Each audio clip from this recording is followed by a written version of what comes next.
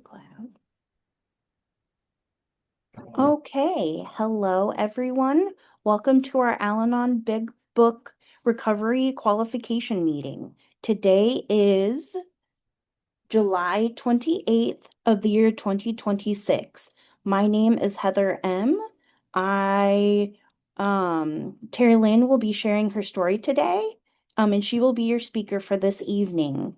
Tonight, she will share what she used to be like, what happened, and what she's like now. And I will go ahead and set it over to you. All right. Thank you very much, Heather. Okay, so this is a speaker meeting, or it can be referred to as a qualification meeting, and I will qualify myself as an Al-Anon by telling a little bit about me and my relationships when it came to alcoholics. When I was a little girl, my grandfather, I was his favorite grandchild, and I just loved him to pieces. But people used to kind of tiptoe around him, people meaning the other members of my family, and they used to my grandmother like she was a saint and treat him like he was the devil, kind of thing. And I'm a little kid and I'm looking at this and wondering what is going on, because to me, my grandfather was just awesome. And I did not find out until I was like in my 30s that my grandfather was an alcoholic. And people, family members were constantly angry with him and angry with him for what he had done to my grandmother and all this kind of stuff. Um, so so there's that. He certainly didn't do anything or treat me badly, but I saw his attitude toward other people, and people were afraid of him. You know, he didn't make holes in walls or anything like that and throw things and beat people up.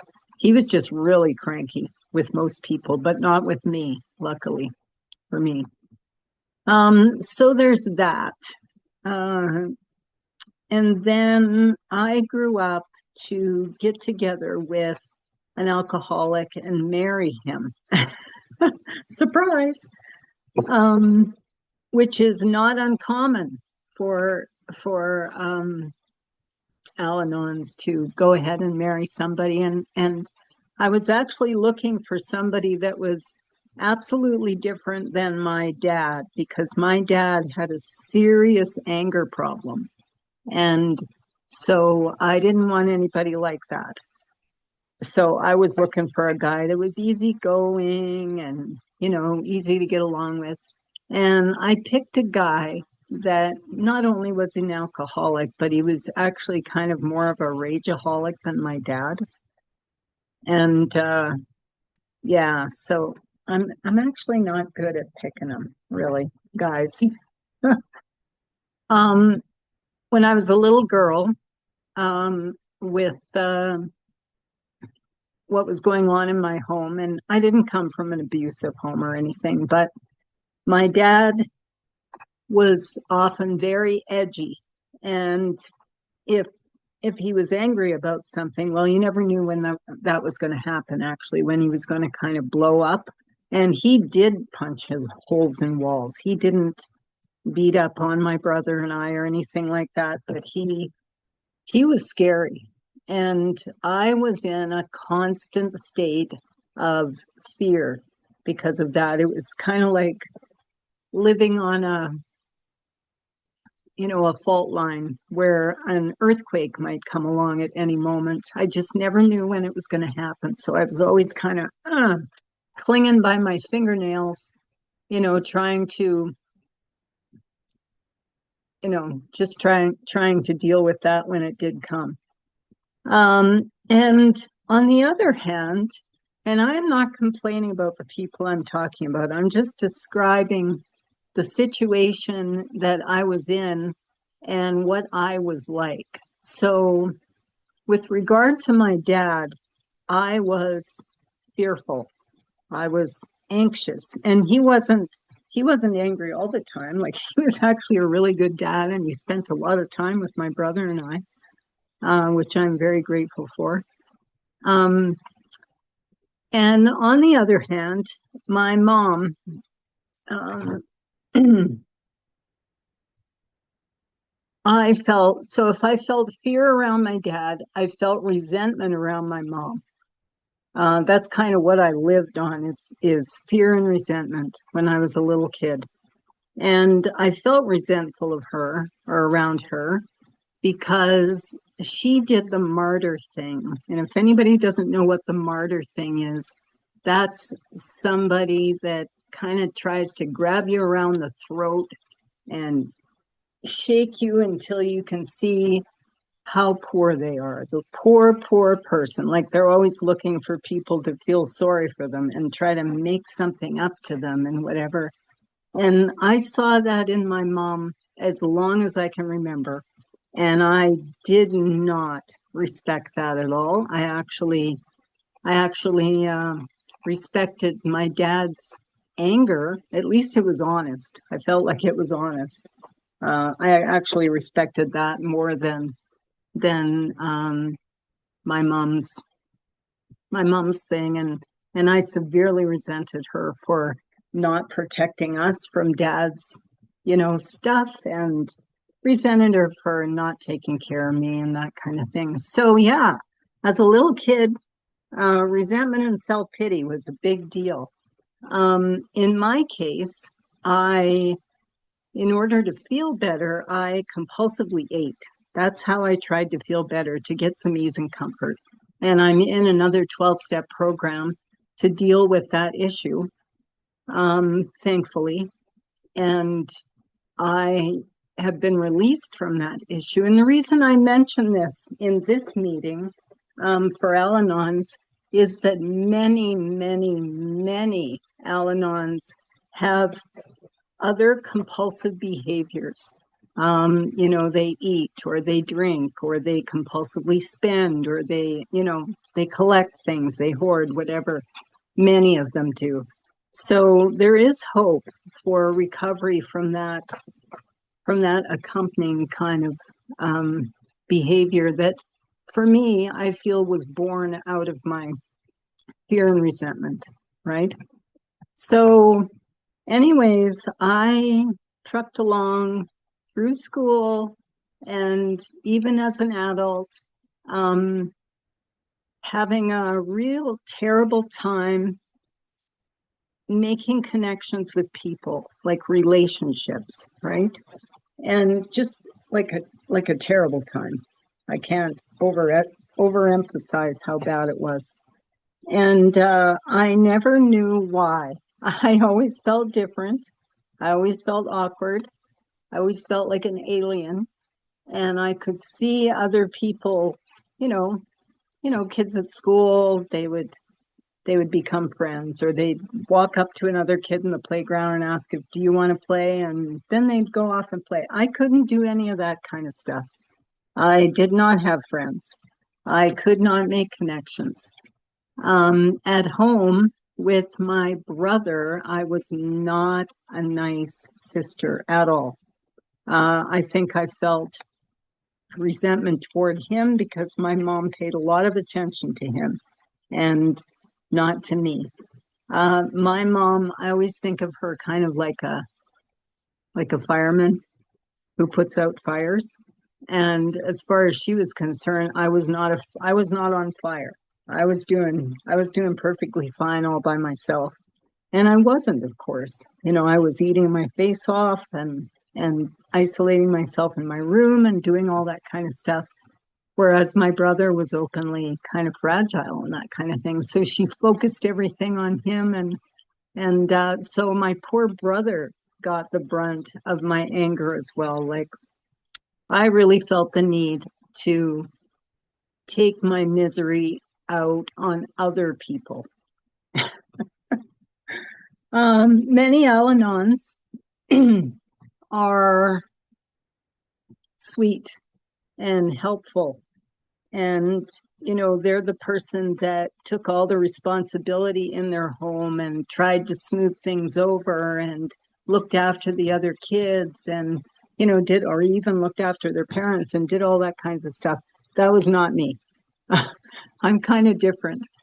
I spent quite a lot of time in Al-Anon feeling like a fraud because the vast majority of people in Al-Anon are the helpful, sweet, self-effacing, whatever kind of person, and I'm not. But the fact remains that I have been affected by someone else's drinking, and in this meeting, we use, or I should speak for myself, I use the AA Big Book as my recovery literature. And if I read that literature, and don't slam your mind shut when I say that, um, I'll get into that more in a second. But I use that literature because not only do I get to, develop a really great, just a second, I'm gonna grab this little Al-Anon book here and look at tradition 5, my favorite tradition. Each Al-Anon family group has but one purpose: to help families of alcoholics. We do this by practicing the 12 steps of AA ourselves, by encouraging and understanding our alcoholic relatives, and by welcoming and giving comfort to families of alcoholics. So this tradition tells me that part of my job as an Al-Anon is to encourage and understand my alcoholic relatives. So how am I going to do that if I don't know anything about alcoholism, right? And I got to learn a lot about alcoholism in the AA Big Book. The Big Book, I think, was kind of banished from Al-Anon due to a World Service Conference decision in the 50s because they felt that it made members focus too much on the alcoholic. And I guess if you read it from the perspective that the alcoholic is bad and look what they're doing and yes, I suppose it would. But if you use it the way I do and the members of my group do, and if I look for myself in that book, whoa, it's a real eye-opener. So I gained an academic knowledge of alcoholism from that book. I say that because I'm not an alcoholic. So I've never walked in their shoes. I don't know what it's like to be them. I don't know. Yeah, I have merely an academic knowledge of alcoholism, and that helps me a lot. My husband, who is still a practicing alcoholic, gaining that knowledge of alcoholism helped me to start treating him like a child of God, like I should have been all along. Unfortunately, I did not come to that until after I divorced him. I don't know what things would have been like if, perhaps I would have been able to study the Big Book and do the 12 steps with a sponsor before I left him. I don't know. But in any case, so I have some knowledge of that, and that's something I got out of the book. But what else I get out of the book is that it describes me perfectly, except that I don't drink. So you may be thinking, well, that's what it's all about, is drinking, Well, not really. It's about the way the people's attitude toward life and the way they think about other people and their inability to relate to other people. And it tells us why that is in the book. Many years ago, in my other program, I had a chance to read the big book for the first time in 1991. And I read this paragraph. Selfishness, self-centeredness, that we think is the root of our troubles. Driven by 100 forms of fear, self-delusion, self-seeking, and self-pity, we step on the toes of our fellows and they retaliate. Sometimes they hurt us, seemingly without provocation. But we invariably find that sometime in the past, we have made decisions based on self, which later placed us in a position to be hurt. Now, I read that all those years ago, and I didn't know what this selfishness, self-centeredness thing had to do with anything, but what I thought at the time was, wow, that's why I can't form relationships with people, because I'm only thinking about myself. I don't even think about other people. So, so I was able, with the help of this book, to put my finger on my problem. Did that solve my problem? No, because I did not follow that up with the steps, with getting a sponsor, with trying to help other Al-Anon. But it did stay in my mind that this selfishness, self-centeredness is the root of my trouble. And I could see how that would interfere with relationships. Because again, I think Al-Anon is, that's what it's about. It's about relationships, getting along with other people. So our attitudes around other people. So if I go back a couple paragraphs, actually I want to talk about, Hey, I Terry talked a Lynn, little bit. we can Pardon? barely hear you. Oh, Like your audio is coming in and out. oh, did I go out of the meeting and come back? Mm-hmm. Okay. Yeah, I can barely hear you. Like it's Hmm. distorted.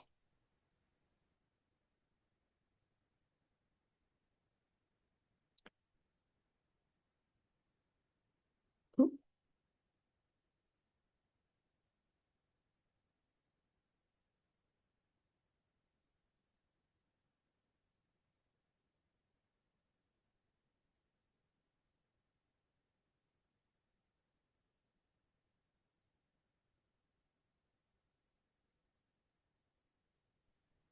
Is that any better?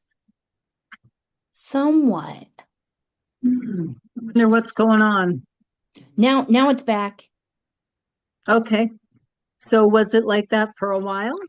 It was like that for 2 minutes, and I Oh, thought okay. to let you know. Okay. Thank you very much for that.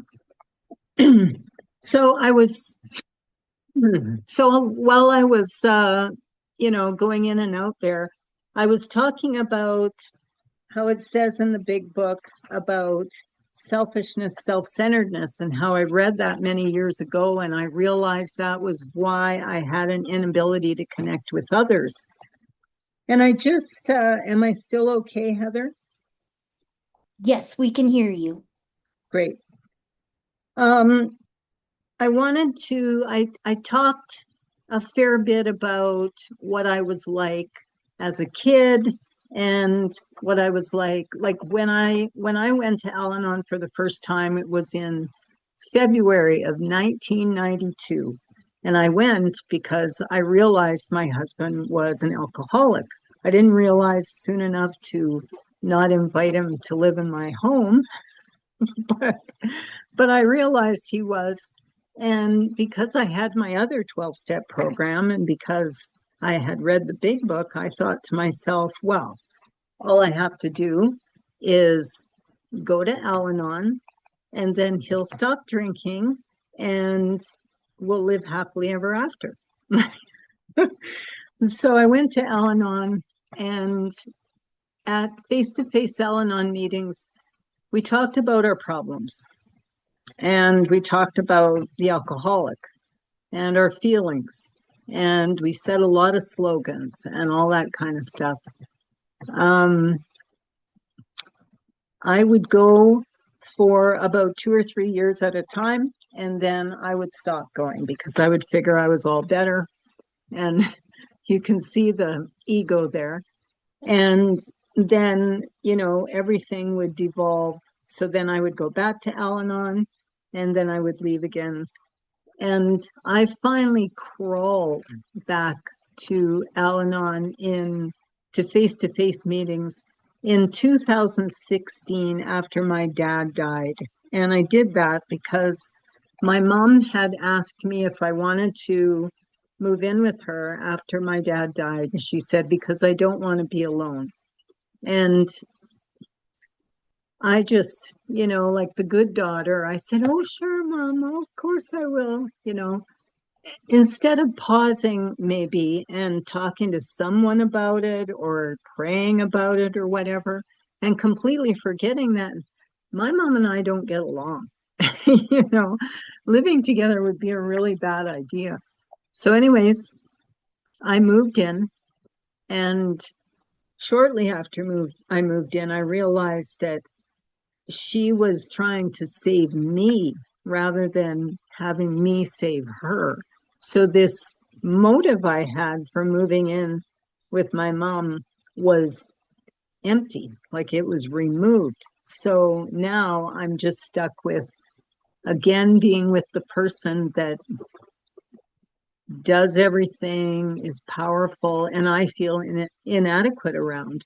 And I got more and more and more unhappy until I wanted to end it. Like I was done. And one day the thought of Al Anon popped into my head, and I had completely forgotten about it. I was suffering severely from depression and anxiety and all that kind of stuff. But Al Anon popped into my head, and I thought, oh, maybe it'll help. So, like I said, I crawled back in there. And now, instead of the attitude I had before, I paid attention. And instead of just sitting there whining or crying or whatever, I started listening to what the other people were doing. And I started reading the literature and I tried to work the steps. Meanwhile, my eating problem was getting worse and worse and worse and worse. I was going to die from my eating problem. And I didn't have a program for that yet at that point. So I was trying to work the steps to solve my eating problem as well as my relationship problems. And I have to say that my attitude toward my mom and toward people in general did start to get somewhat better. But eventually, the other problem got so bad that I reached out on Facebook and looking for a sponsor for the eating problem. And the lady that reached out to me turned out to be a dual sponsor in both of the programs I needed. Wow, so wonderful. So I decided I was just going to do whatever she said.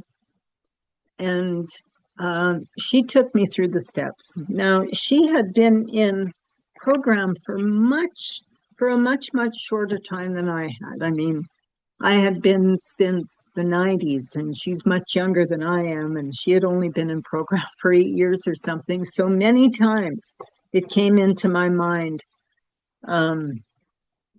that she was telling me the wrong thing, or she didn't know what she was talking about, or whatever, because my ego is so big. Like that selfishness, self-centeredness thing, that's what it means. It means my ego tells me that I know, that I know everything. My ego tells me that I'm better than other people. Um, and in other occasions, it tells me that I'm far worse than other people. That is the nature of a spiritual illness where we have the mistaken idea that we are either better than or less than other people. God doesn't see us that way. He sees us all the same. So if I'm conducting myself that way, I am setting myself apart. And that's why I was apart from other people all my life instead of a part of, you know, a part of the group kind of thing. Anyways, I got her as a sponsor and we worked the steps quickly.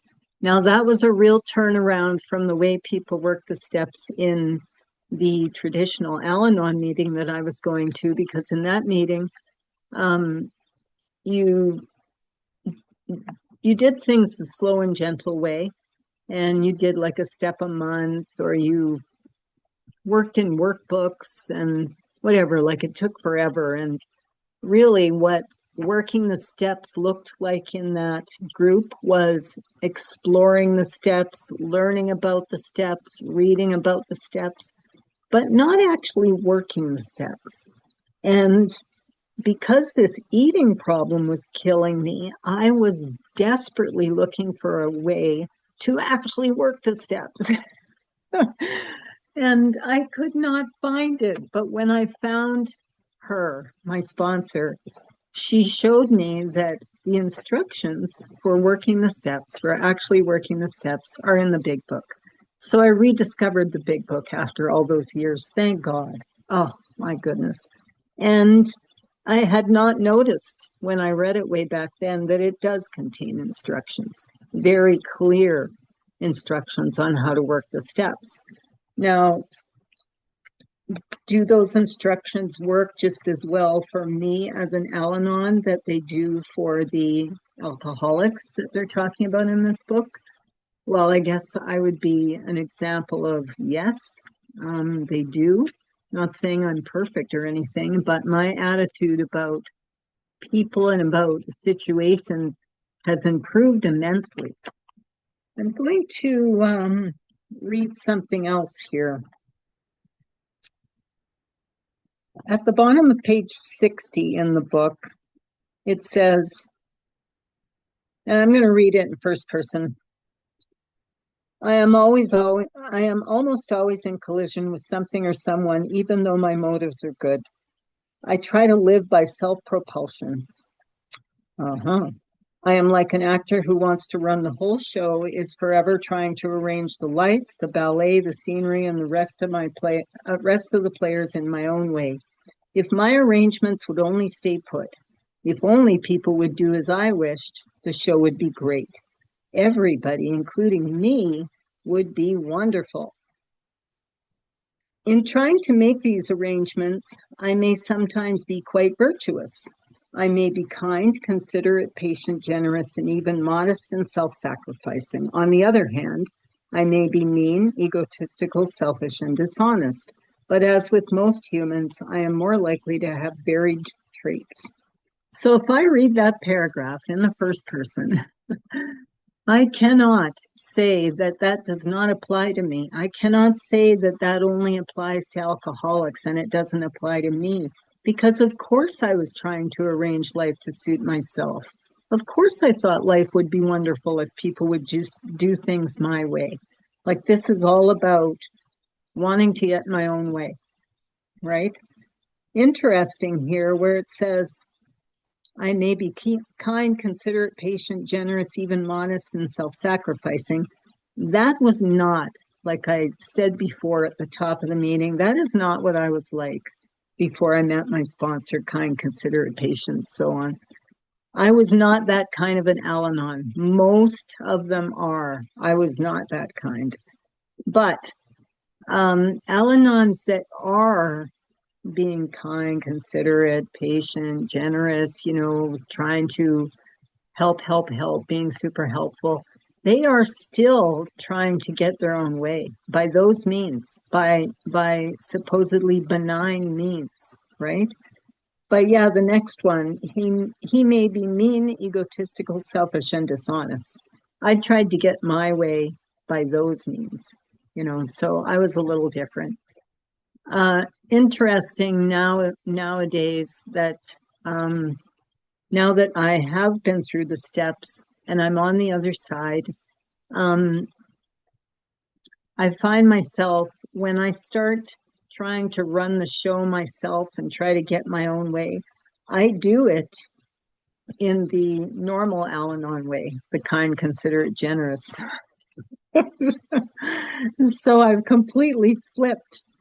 So yeah, I'll walk around trying to be the nicest, most helpful person in the whole wide world. And inside, I'll be thinking, if they would if they would just do things, that way, then everything would be fine. Like, there wouldn't be problems. Anyways, so I'm certainly not saying in this speaker meeting that I am cured by any means, but my attitude has improved, you know, 100-fold. Like I said, I was absolutely dysfunctional, would get along with people then, and I'm absolutely not now. And it's a miracle that I can get along with people and that people like me. Like when I was younger, the eating problem was a big deal. Like to me, it was just a horrible thing. But the not being able to make friends thing, that was an even worse deal. That was even worse. And for me to say that it was worse than the eating when the eating was so bad, huh, that's okay. So the paragraph I just read talks about that I want my own way. When I don't get my way, the next paragraph says, what usually happens? The show doesn't come off very well. I begin to think life doesn't treat me right. I decide to exert myself more. I become, on the next occasion, still more demanding or gracious, as the case may be. Still, the play does not suit me. Admitting I may be somewhat at fault, a little bit, somewhat at fault, I am sure that other people are more to blame. I become angry, indignant, self-pitying. What is my basic trouble? Am I not really a self-seeker even when trying to be kind? Am I not a victim of the delusion that I can wrest satisfaction and happiness out of this world if I only manage well? Is it not evident to all the rest of the players, all the people around me, that these are the things that I want? And do not my actions make each of them wish to retaliate, snatching all they can get out of the show? Am I not, even in my best moments, a producer of confusion rather than harmony? So if the first paragraph said, I like to get my own way, this paragraph says, when I don't get my own way, I try harder. And I still don't get my own way, so I try even harder. And everybody likes to get their own way. And when you have a group of people that are very invested in getting their own way as much as I was, people are going to butt heads. And yeah, nowadays, I am not saying that I don't still behave that way. And in fact, I'll tell you a little story. This morning, I play a sport called pickleball. I don't know if anybody out there knows it. I'm sure you do. It's pretty widespread nowadays. And the place where I play, when you finish playing, if you lost the game, you put your paddle like stacked up against the fence on this side, and if you won the game, you put it on this side. And when there are 4 paddles on one side or the other, then those 4 people go out and play again. And that way, the teams keep getting mixed up and different people get to play with each other. But the paddles are they're supposed to stay in order.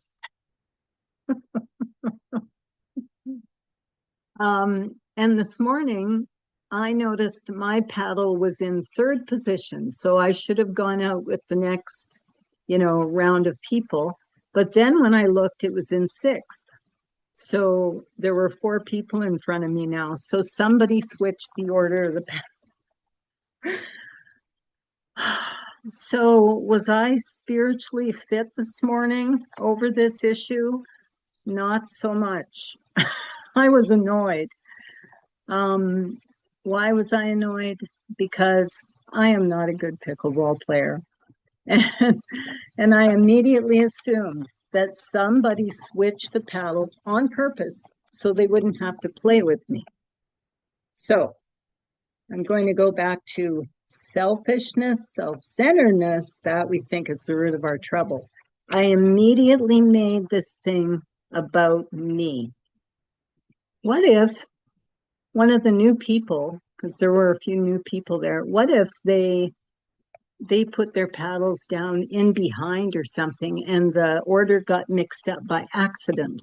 What if it wasn't personal? What if it was just or what if somebody actually did not want to play with me? So what? Like, so what? But I got annoyed. I had to do a 10th step about that. I may owe an amends. I'm in consultation with my sponsor about that as to whether I'm going to need to make an amends. So yeah, these things do still happen, but I do not live. I want to give people hope during this speaker meeting and during this qualification.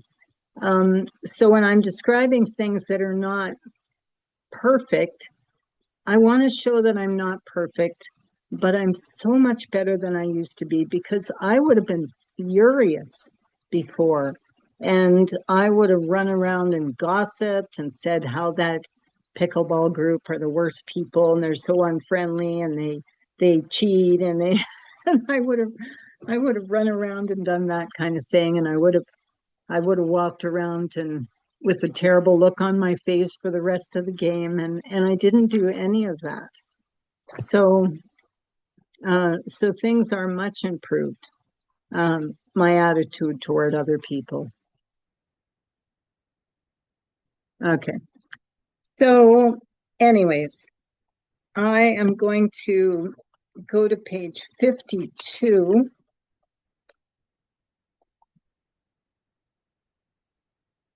So it says here, and I'm going to again read it in the first person. And this would be, I'm going to talk about this before I did the steps with my sponsor and then after. I was having trouble with personal relationships. Well, I've already talked about that. I mean, trouble is an understatement. I didn't have personal relationships. I was having trouble, or sorry, I couldn't control my emotional nature. Well, if I'm fearful and angry and resentful and, self-pitying all the time, that's pretty much a given. My emotional nature. I was prey to misery and depression. Before I took the steps, I spent time on psych wards in hospitals on 6 occasions over many years.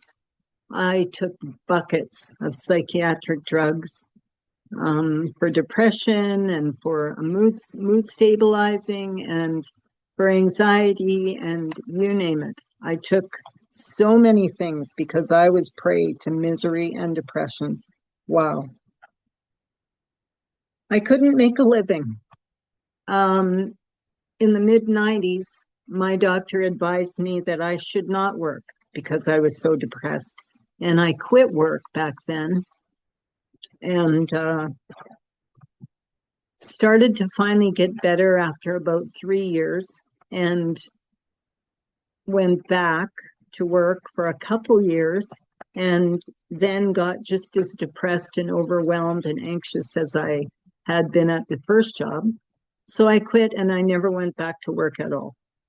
And I stayed home with the kids. So I couldn't make a living. I couldn't work. And I blamed it on mental illness, which wasn't my fault. Funny thing is, though, is that I don't have that stuff anymore after the steps. I don't take all the drugs anymore, and I just don't do any of that stuff anymore. It said we had a feeling of uselessness. That's why I didn't get along with my mom. My mom she's a powerhouse. She just knows how to do everything. She has everyone's respect. And in contrast to her, I made myself very small. And again, I set myself apart. That is not how God sees us. So I did that to myself. We were full of fear. I've already talked about that. We were unhappy. Oh my goodness, I've talked about that. We couldn't seem to be of real help to other people. I didn't even try to be of help to other people. You know, when I'm reading this, it sounds like I'm beating myself up, and I'm not. I'm looking at the truth. This kind of truth came out in my 4-step inventory, and it's the truth. All these things applied to me. Now they talk about these things on page 52 because they're talking about a person that does not have direction in their life, that is trying to live on self-propulsion, that's trying to make their way on their own with no help of no kind of guiding force. And I didn't have anything like that. I was trying to work it out all by myself. I was trying to get comfort from all these, all these terrible situations by eating and by isolating and by, and yeah, doing it all by myself did not go well. So, on the other hand, nowadays, I can control my emotional nature.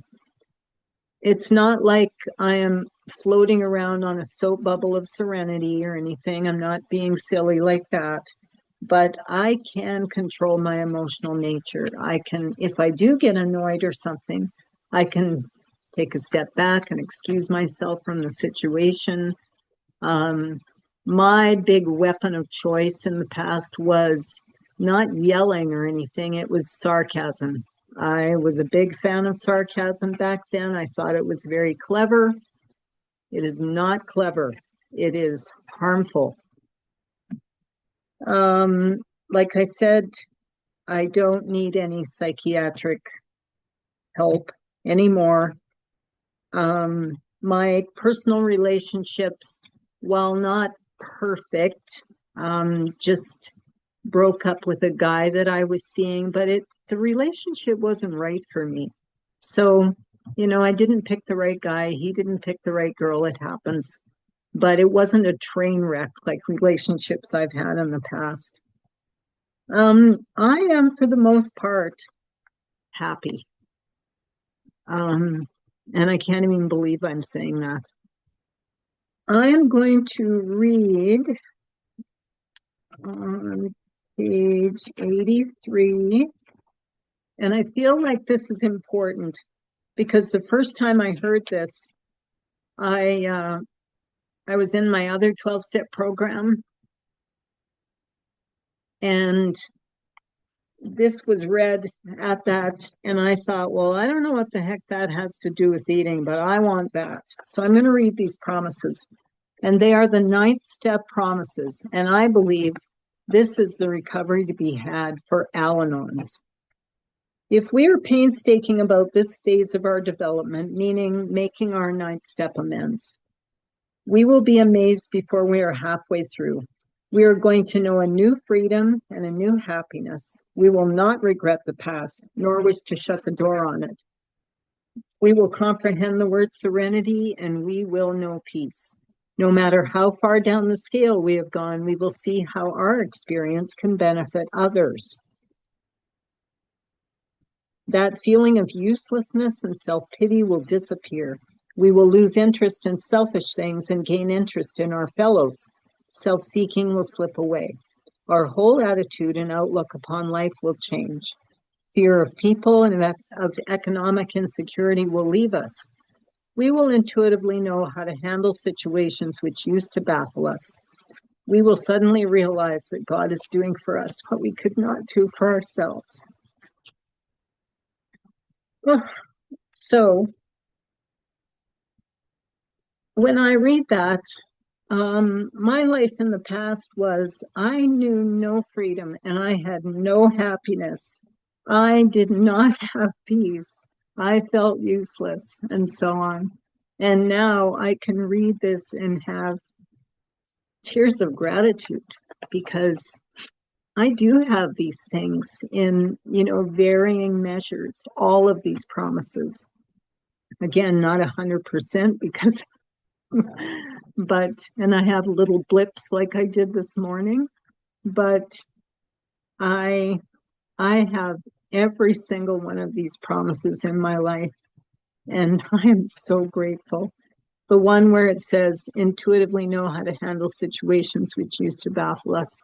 I remember when that one, well, the first time I noticed that it came true, it may have come true for me before I noticed it, but one day I play a card game called Bridge, and we were at the club, and there's a lady that comes sometimes. She, she doesn't come very often because usually people don't want to play with her because she's annoying.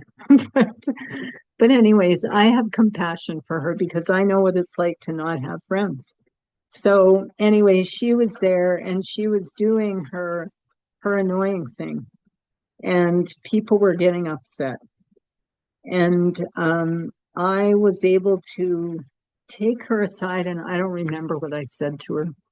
I don't remember. But whatever it was that I said, just kind of like the situation kind of evened out. Like she stopped doing whatever she was doing, and I can't remember what it was. And her feelings weren't hurt with whatever it was that I said to her. Like that was a baffling situation, and it could have been difficult, like could have ruined people's experience of that evening of bridge playing. And yet God helped me to deal with it in a constructive manner. um, Al-Anons are known to want to run around and try to smooth things over for people, but I honestly don't feel like that incident was like that at all. I was actually being constructively helpful to this lady. And then people, when she stopped doing whatever she was doing, people, got over their annoyance and looked more kindly upon her. So um, I see I'm supposed to stop at 10 minutes to the hour. Heather, am I? Yes, to leave time for questions. Okay. Um, so I was thinking about this, about speaking to you guys yesterday, and I find when I get annoyed like I was this morning, or when I have little blips like that, it's, it's because I'm being self-centered, but I'll tell you exactly what I think it is. I think it's because I think I have a right, I have a right. So at pickleball this morning, I was thinking, I have a right to play the next game. Somebody's interfering with my rights. That is self-righteous. Anything that starts with self is is a spiritual problem. When I decided to fire myself as the person that gives me direction in my life, and I decided to, as best I can, accept direction from my higher power, who is God, um, that kind of thing got so much better. I don't know why I was a little cranky this morning, but usually that kind of thing just rolls off my back. It doesn't bother me. And I am so grateful for that. I don't have to walk around in a constant state of fear and anger and self-pity the way I did in the past. I feel useful, like I can use my experience that I've been talking about today and my knowledge that I've been talking about today to hopefully help somebody here at the meeting and hopefully somebody that's listening to this recording. There is hope for people with, you know, relationship problems due to the fact that they like to control, fix, manipulate, manage, because that's what Al-Anons like to do. There is hope about that. The 12 steps can really help with that situation. And with that, it is 10 minutes to the top of the hour. So my name is Terry Lynn, and happy to answer any questions.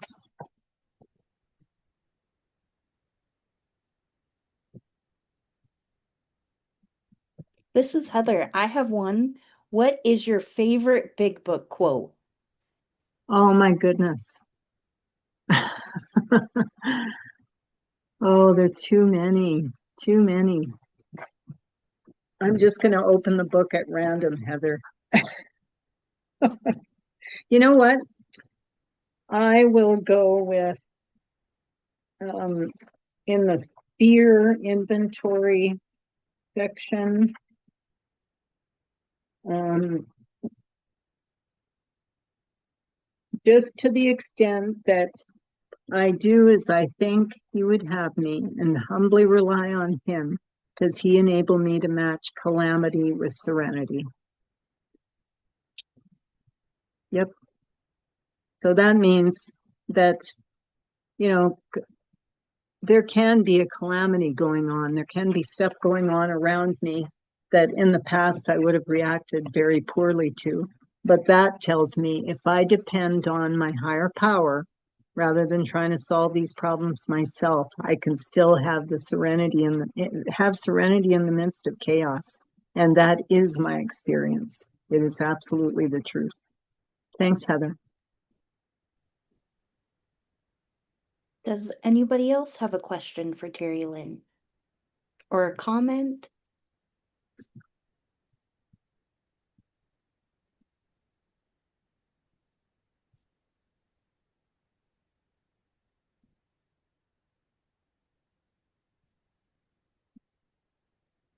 Okay.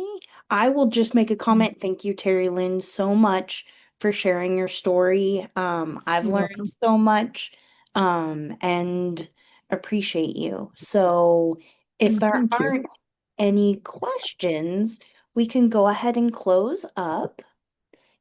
This is Seven. Erin. I did just also, I'm in the grocery store, so I wanted to get to a place where it was a little less awkward. But thank you so much, Terry Lynn, for sharing your story. It really was very insightful and a lot of hope and just the humility I'm so thankful for. It's like, it's such a gift to be able to just say, oh, yeah, that's right. God's in charge, not me. So thank you. Thanks, Sharon.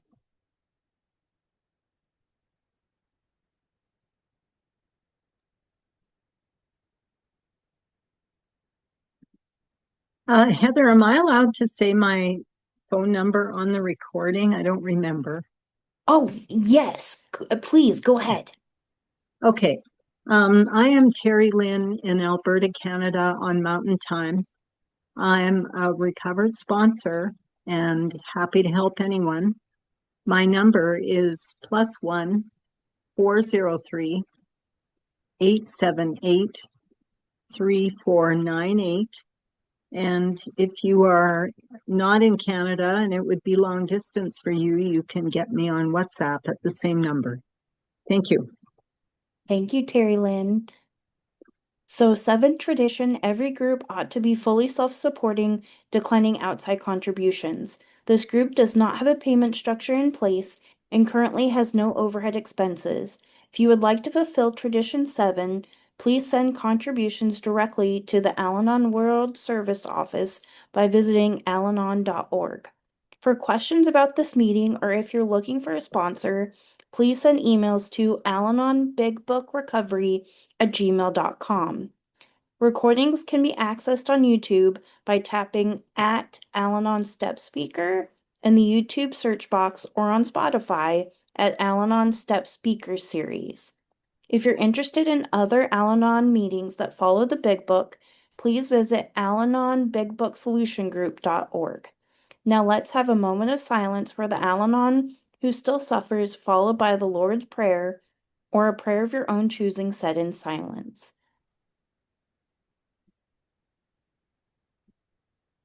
Our Father, who art in Art heaven, in heaven, hallowed be hallowed be thy thy name. name. Thy kingdom Thy come, kingdom come, thy will thy be will be done done on on earth earth as as it it is is in in heaven. heaven. Give us this Give day us this day our our daily bread, daily bread, and forgive us and our forgive us our trespasses, trespasses, as as we we forgive forgive those those that who trespass trespass against against us. us. And lead us not Lead into us not into temptation, temptation, but but deliver deliver us us from from evil. evil. For thine For is the thine is the kingdom, kingdom, the power, and the power, and the glory, glory, forever and ever. forever and ever. Amen. Amen.